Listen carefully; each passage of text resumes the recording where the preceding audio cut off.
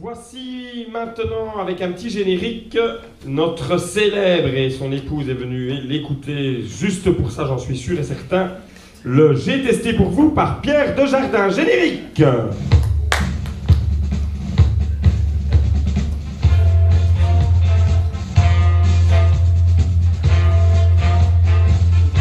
C'est à toi, Pierre, nous t'écoutons. Pour la première fois, et peut-être la dernière, j'ai eu envie ce soir de prendre le risque de réaliser le test devant vous en direct, en procédant à une dégustation à l'aveugle. Mais pour cela, et pour procéder en toute impartialité et transparence, j'ai demandé à un huissier de justice de sélectionner et de m'apporter un échantillon à tester. Et je ne l'ai pas vu à l'entracte et je ne sais pas s'il est là ou s'il s'est manifesté. Ah, si, il s'est manifesté, il ne pouvait pas rester, il avait un constat d'adultère, il m'a laissé cette boîte. Merci, Johan.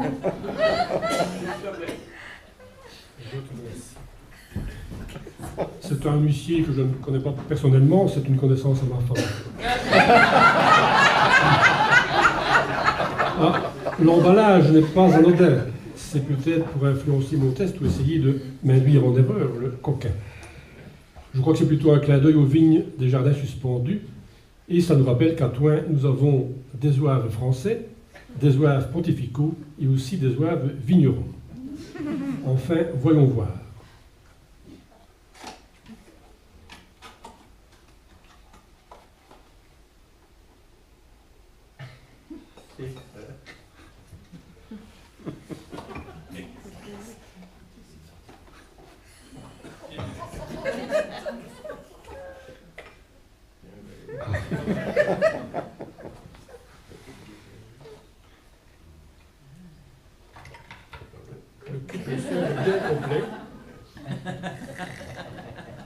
Et donc oui, quand il s'agit d'une dégustation à l'aveugle, on a le choix au niveau technique, c'est de soit de bander les yeux du testeur, mais alors il perd évidemment une fonction d'observation visuelle, ou alors de bander le contenant et dans le cas présent une bouteille.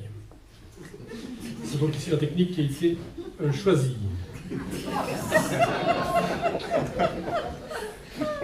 Notons que la capsule ne comporte aucune mention. Je demande à Véro de faire un gros plan sur la capsule.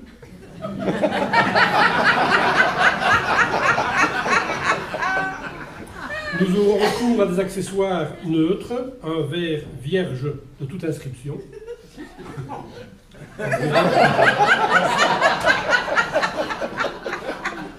La technique est au rendez-vous. Et un décapsuleur dont on a modifié, en tout cas caché l'inscription pour ne pas influencer le test non plus. Merci, Véro. Procédons si vous voulez bien.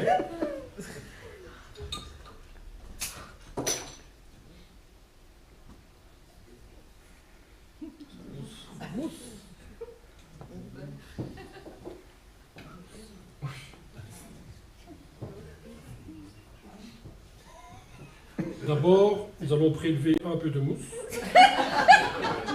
Je vais appliquer sur ma chemise. Ceci, c'est le test pour voir si la mousse tâche. Nous constatons que la mousse ne tâche pas. Il s'agit donc d'un produit propre, voire peut-être bio. Goûtons maintenant le produit.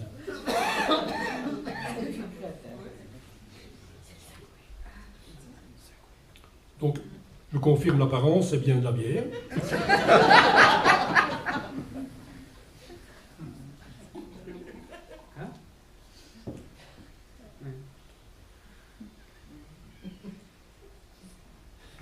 Donc la mousse ne tâche pas, mais la moustache en profite.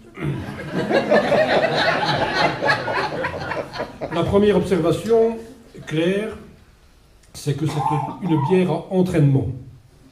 Donc une bière à entraînement, cela veut dire que la première gorgée entraîne la deuxième.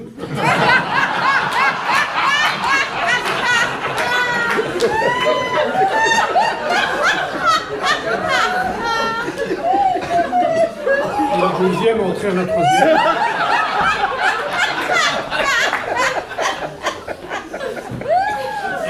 Et ainsi de suite.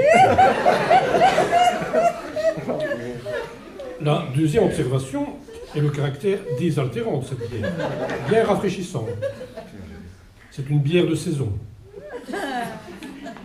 Ce qui frappe aussi, c'est une bière de terroir, de proximité.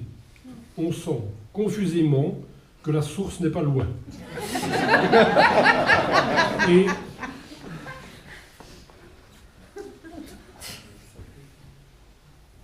j'irais même jusqu'à dire que le sourcier lui-même ne doit pas être loin.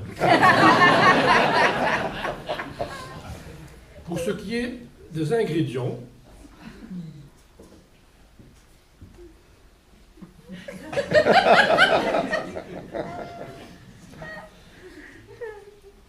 manifestement, ce qu'il y a de plus, c'est de l'eau.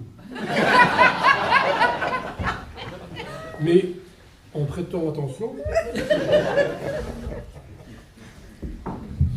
on distingue aussi du malt d'or, je crois, de l'épeautre, du houblon, de la levure et des épices. Il faut maintenant déterminer la teneur en alcool de la bière.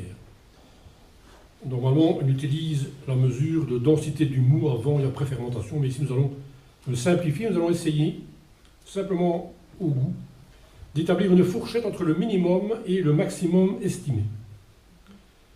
On va d'abord essayer de déterminer le taux minimum d'alcool.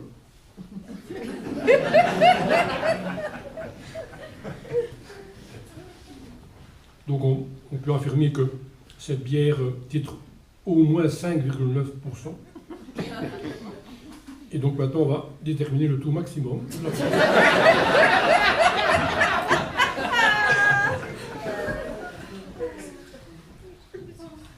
Oui, là, on peut franchement dire qu'elle ne dépasse pas 7,1%.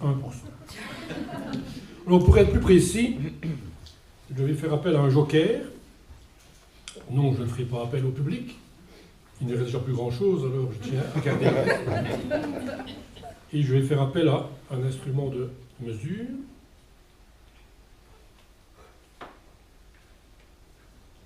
Nécessite un peu de remplissage.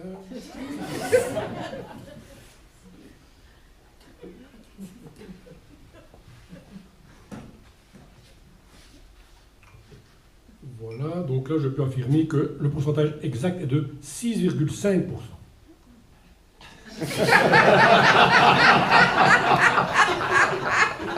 Alors finalement, quelle est cette bière?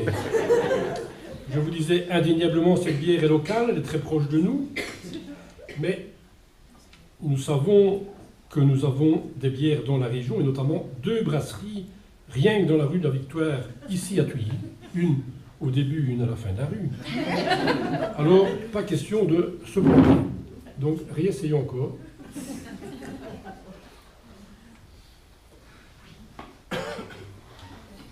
Pour être sûr de ne pas dire une bêtise, il vaut mieux que je ne me prononce pas.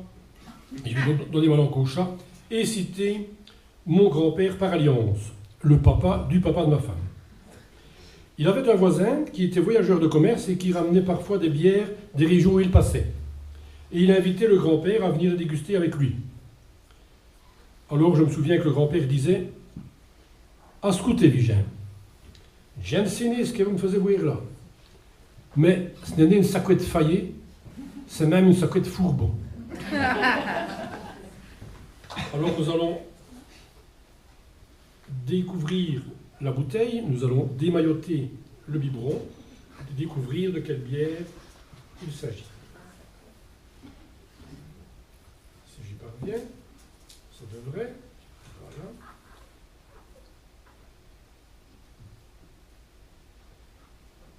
En flûte, il n'y a pas d'étiquette. Ça, c'est malin. Johan, l'huissier n'a pas laissé autre chose? Non, non, rien d'autre. Même pas une enveloppe cachetée? Je sais pas, Pierre, regarde au fond de la boîte. La boîte. Ah, oui.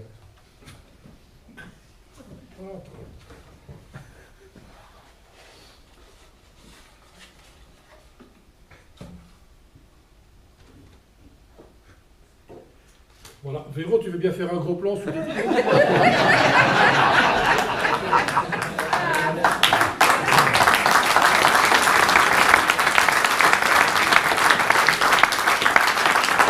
Ah, mais je vois qu'il y a quelque chose d'écrit derrière. Tu veux bien faire un gros plan sur l'arrière?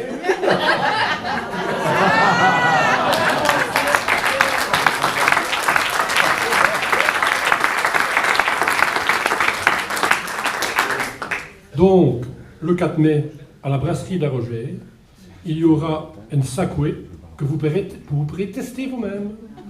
Merci, mon cher Pierre. C'est fabuleux de tester pour vous.